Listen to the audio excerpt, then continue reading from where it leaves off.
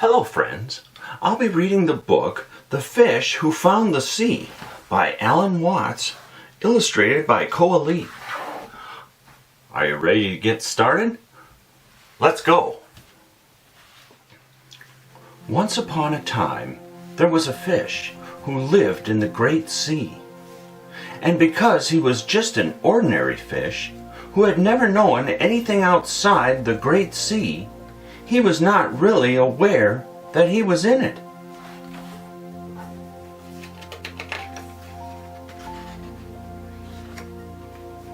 He swam up and down and around without ever noticing that he was moving through the water. For the water was transparent. Wherever he moved, it got out of the way of his nose, and yet gave him something against which he could push with his tail, and so move himself along. Without it, he could neither swim nor live. But, for all he knew, he might just as well have been moving in empty space.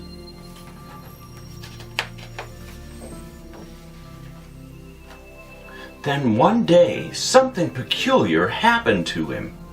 He began to think how curious it was that he could swim, for he was moving up and down and around in the midst of nothing at all, and all by his own power. This, he thought, was surely very clever of himself.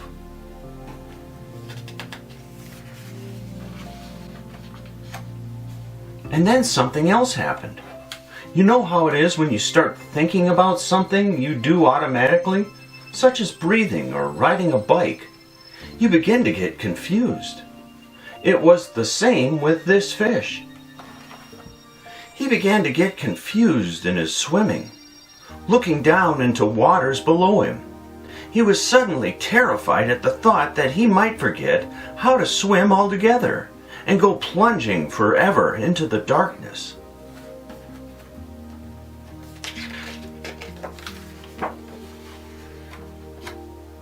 At that moment, all his skill at swimming left him, and he began to fall.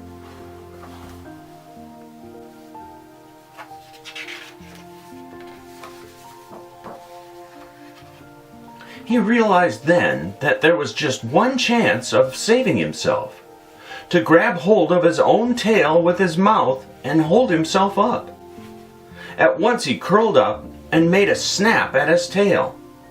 Unfortunately, his spine was not quite supple enough, and he missed. Not yet discouraged, he tried again and again, with the same result, so that for some time he whizzed around in circles in frantic pursuit of his own end.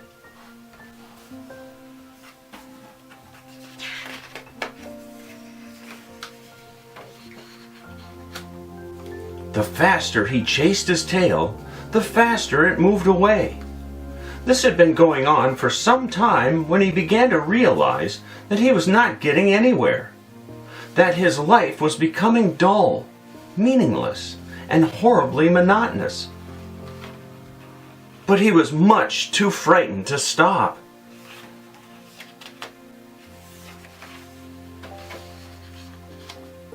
The fish was sure that if he relaxed the chase for a moment, he would plunge headlong into the abyss.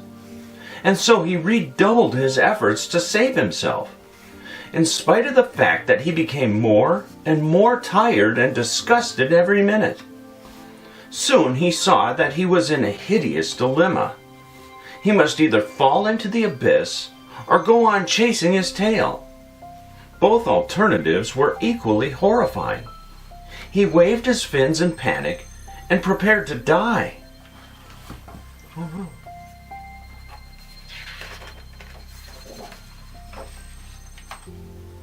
In the meantime, the great sea had been watching this extraordinary behavior with mixed feelings of amusement and sorrow. For the great sea was as loving as it was vast. It gave all the creatures of the deep room to live and swim around. It never intruded upon them, always retiring generously before their noses and letting itself be pushed by their tails so that they could move along. Still more, the great sea always surrounded them in such a way that it bore them up and made itself transparent so that they could see where they were going and enjoy all the wonders of the deep.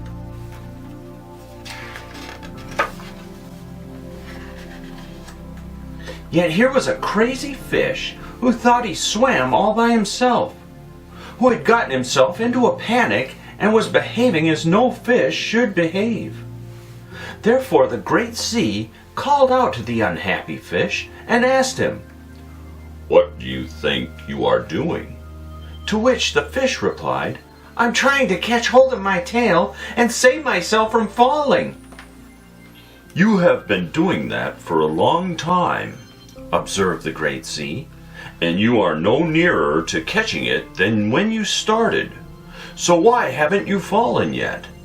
"Don't bother me," retorted the fish. "Can't you see I'm busy?"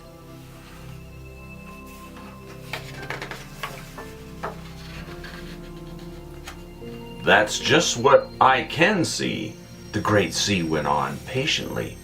"But apparently you can't. You haven't caught your tail. You haven't fallen into the abyss, and yet you are still busy. How come?" "Oh, don't be stupid," snapped the fish. "Of course I haven't fallen down because because I'm swimming." "You may well say goodness," said the great sea. "For how does it happen that you have stayed afloat and been able to swim during all this absurd performance?"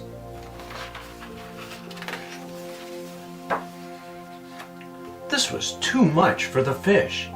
He stopped his chase and looked around to see who was talking to him.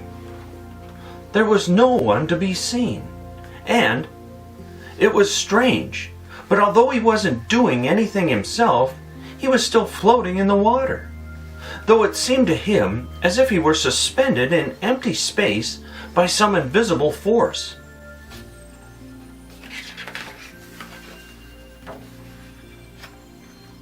"There now," continued the great sea, "you thought you were doing it all by yourself, and you never knew that I hold you up all the time. I have given all of myself to you, and yet you have forgotten me and wasted yourself in pursuing your own end. For it is in me that you live and swim and are able to be a fish. And to you I have given the height and the depth, the length and the breadth of myself in which to swim."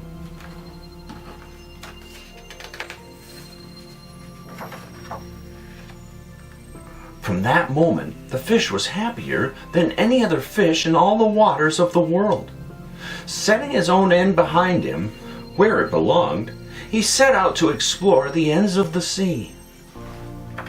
And he found that whether he moved up or down, to the left or to the right, everywhere the great sea expanded before him and supported him, so much so that he swooped and climbed and danced in joy, a creature in his true element, out of himself and into the sea, where, indeed, he had been all the time.